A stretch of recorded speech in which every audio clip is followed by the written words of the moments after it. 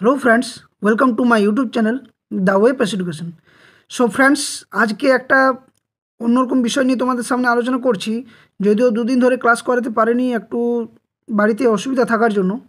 তো ইন্টারভিউর যে ক্লাসগুলো চলছে সেগুলো আবার চলবে অবশ্যই, কিন্তু আরও নতুন নতুন কিছু আপডেট তোমাদের দেব।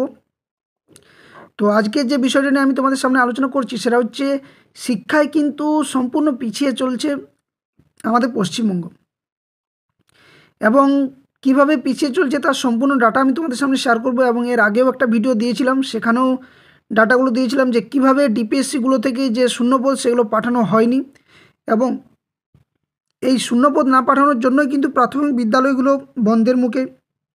ডিপিএসসিগুলোর গড়িমসির জন্যই কিন্তু যে প্রাথমিক বিদ্যালয়গুলো যে ইনফ্রাস্ট্রাকচার তার অভাব। এবার জানি না এখানে দোষটি কার, ডিপিএসসিগুলোর নাকি সরকারের নাকি পর্ষদের। তো এই সম্পূর্ণ তথ্যগুলো আমি এক এক করে তোমাদের সামনে তুলে ধরবো, যেখানে হবু শিক্ষকরা পথে কিন্তু বিদ্যালয় এখন মাঠে। রাজ্যের বহু প্রাথমিক বিদ্যালয় বন্ধ, কোন জেলায় কত প্রাথমিক বিদ্যালয় বন্ধ, জেলা ডিপিএসসিগুলোর ডার্ক ফেস কী রয়েছে, শূন্যপদ থাকা সত্ত্বেও নিয়োগ নেই কেন। ভিডিওর মধ্যে এমন কিছু তথ্য তোমাদের শেয়ার করবো যেগুলো দেখলে হয়তো তোমরা অনেকেই চমকে যাবে, এবং এগুলো অরিজিনাল ডাটা, কোনো খারাপ বা কোনো কাউকে যে মানে তুচ্ছ করার জন্য বা সরকারের কোনো বিরুদ্ধে কোনো আমি যে ভিডিওটা বানাচ্ছি সেটা নয়। শিক্ষার যে অবস্থাটা থাকা দরকার, যে মানদণ্ড থাকা দরকার, বা একটা সমাজের, একটা রাজ্যের, একটা দেশের যে মেরুদণ্ড শিক্ষা ব্যবস্থা, সেই শিক্ষা ব্যবস্থা নিয়ে কিন্তু বারবার কিন্তু রাজ্য সরকারের বলো বা আমাদের পশ্চিমবঙ্গের যে শিক্ষা ব্যবস্থা তার কিন্তু বেহাল দশা ধরা পড়েছে, এবং বিভিন্ন চিত্র দেখা গেছে।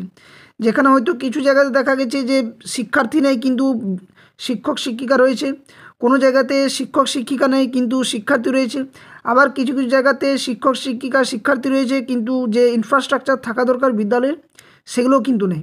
তো এই সম্পূর্ণ তথ্যগুলো তোমাদের সামনে শেয়ার করব। তো যারা চ্যানেলে নতুন আছো সকলকে প্রথমেই বলবো যে এই ধরনের তথ্য আপডেট পাওয়ার জন্য অবশ্যই চ্যানেলটি সাবস্ক্রাইব করে বেল নোটিফিকেশন অন করে রাখো, যাতে নোটিফিকেশান আকারে পেয়ে থাকো। এবং সাথে সাথে বলবো ভিডিওটা এত শেয়ার করো যাতে সকলেই এগুলোর প্রতি সজাগ হয়, এবং ভিডিওটি লাইক অবশ্যই করবে দেখার সাথে সাথে। তো চলো আমি ডাটাগুলো তোমাদের এক এক করে শেয়ার করব, যেগুলো আগের দিনও দিয়েছিলাম, এবং ওটার সাথে কিছু অ্যাটাচ করে আবার নতুন কিছু তোমাদের ডাটা শেয়ার করছি। তো অবশ্যই ভিডিওটা দেখো শেষ পর্যন্ত, কেউ স্কিপ করবে না। জানার চেষ্টা করো যে প্রাথমিকের জন্য কেন বারবার পথে নামা হচ্ছে 2022 টেটের চাকরি প্রার্থীরা, কিন্তু শিক্ষা ব্যবস্থার যে অবস্থা তাতে করে কিন্তু শিক্ষক শিক্ষিকারা পথে থাকছে, বিদ্যালয় এদিকে বন্ধ থাকছে।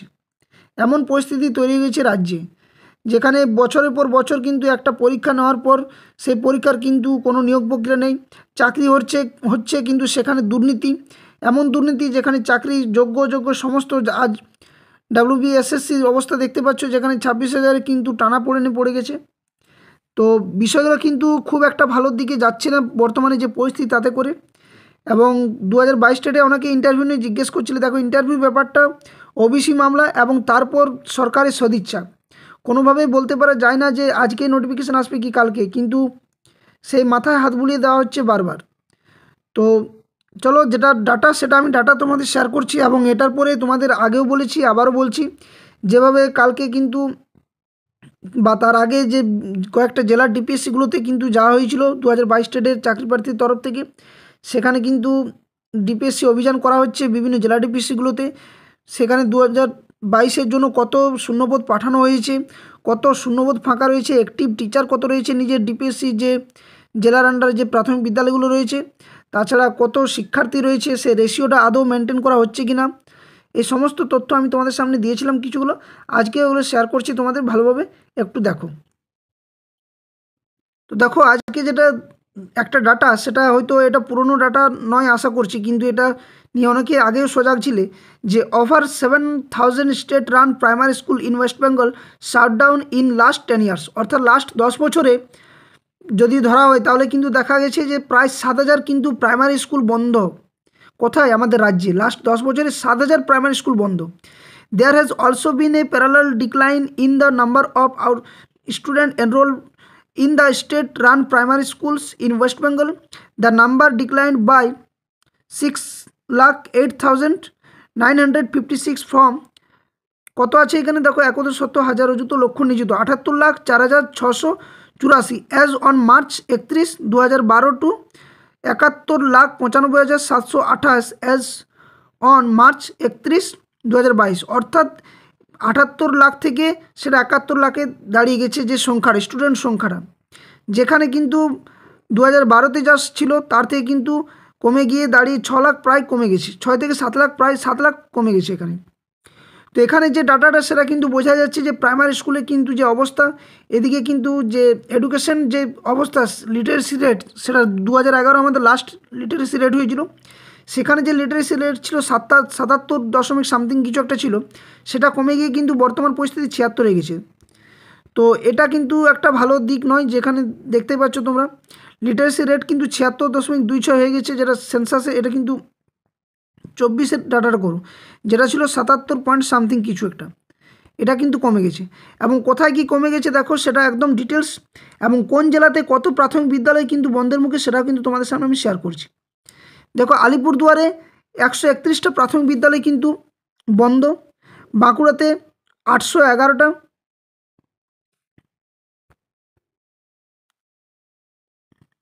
আচ্ছা ঠিক আছে।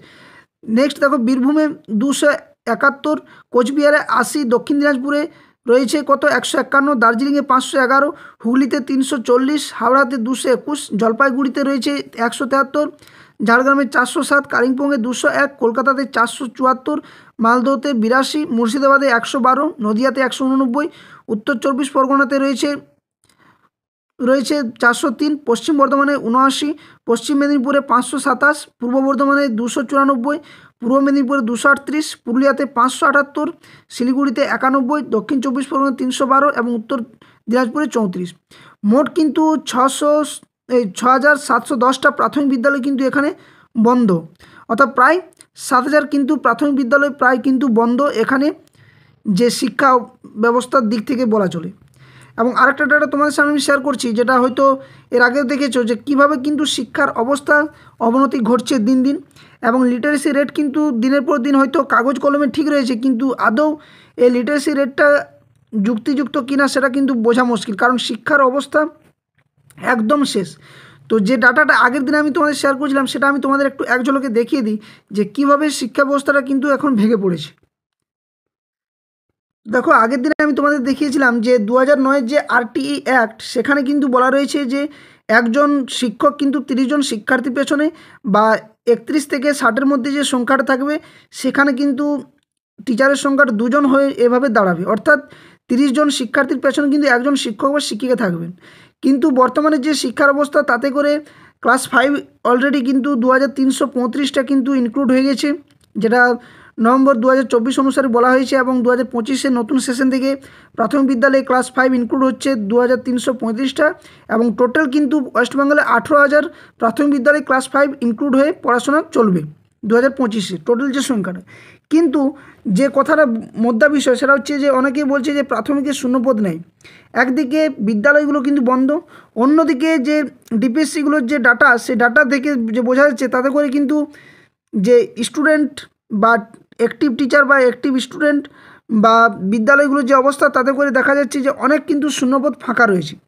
যেখানে দেখো, as of 2023-24 there were 7,310 teachers at the primary level in South 24 Pargana including contract teacher, অর্থাৎ এই টিচারের সংখ্যা রয়েছে 17,310, যেটা সাউথ 24 পরগনাতে।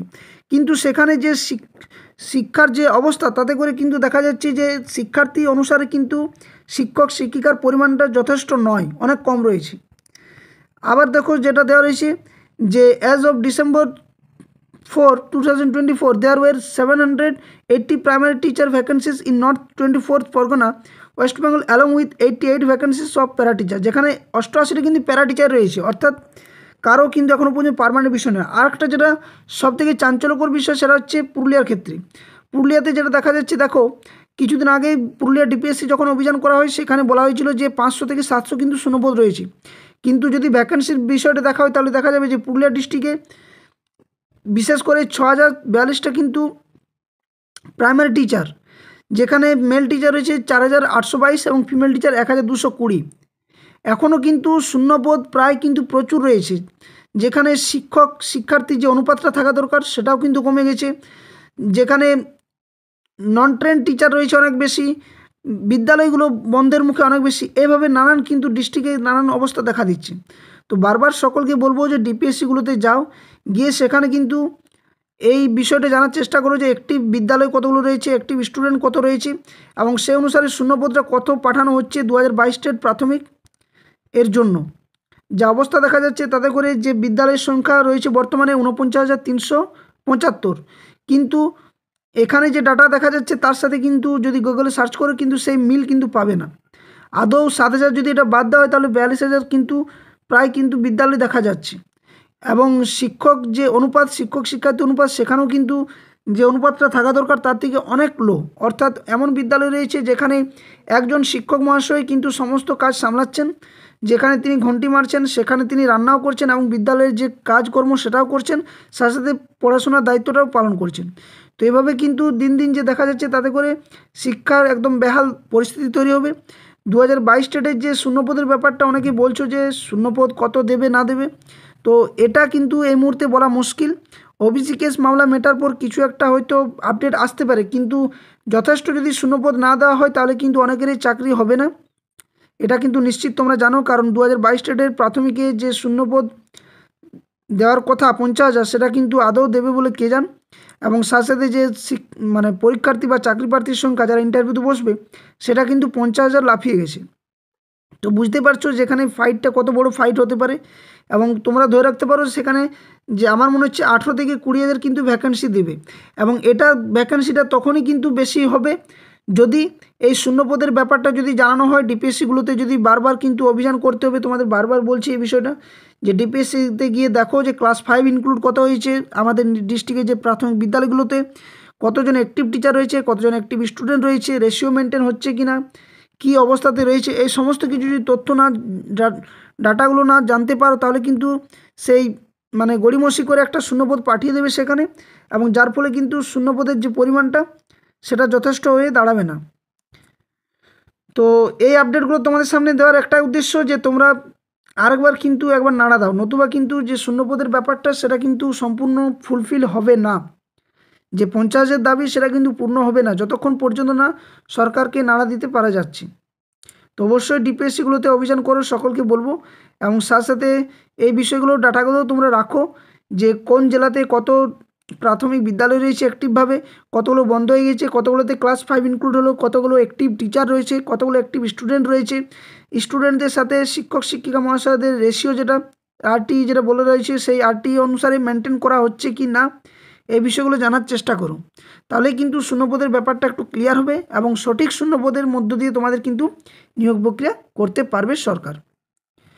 তো ভিডিওটা আর বেশি লম্বা করছি না, এই ডাটাগুলো তোমাদের সামনে এই জন্যই শেয়ার করলাম যে অনেকেই প্রশ্ন করছিলে, তাই ডাটাগুলো শেয়ার করে দিলাম। যদি ভিডিওটি ভালো লাগে অবশ্যই ভিডিওটি লাইক শেয়ার করবে বন্ধুর সাথে, আর যারা চ্যানেলে নতুন আছো অবশ্যই চ্যানেলটি সাবস্ক্রাইব করে বেল নোটিফিকেশন অন করবে এই ধরনের তথ্য আপডেট পাওয়ার জন্য। আর যারা 2022 স্টেট ইন্টারভিউ প্রিপারেশন নিচ্ছ অবশ্যই বলবো দ্য ওয়েব এডুকেশন টেলিগ্রাম চ্যানেলে যুক্ত হয়ে যাবে। ওখানে কিন্তু আমি যে ইউটিউবে ক্লাসগুলো করে থাকি তার পিডিএফগুলো সম্পূর্ণ ফ্রি অফ কস্ট তোমরা ওখানে পেয়ে যাবে। ওকে, আর অফিসিয়াল ফেসবুক পেজ রয়েছে, ওটারও লিঙ্ক দিয়ে দেবো, ওখান থেকে কিন্তু অফিসিয়াল ফেসবুক পেজেও যুক্ত হয়ে যাবে, ওখানেও কিন্তু ডাটাগুলো সম্পূর্ণ শেয়ার করা হয় তোমাদের জন্য। তো সাবস্ক্রাইব করে বেল নোটিফিকেশনটা অন করতে কেউ ভুলো না। ধন্যবাদ, জয় হিন্দ।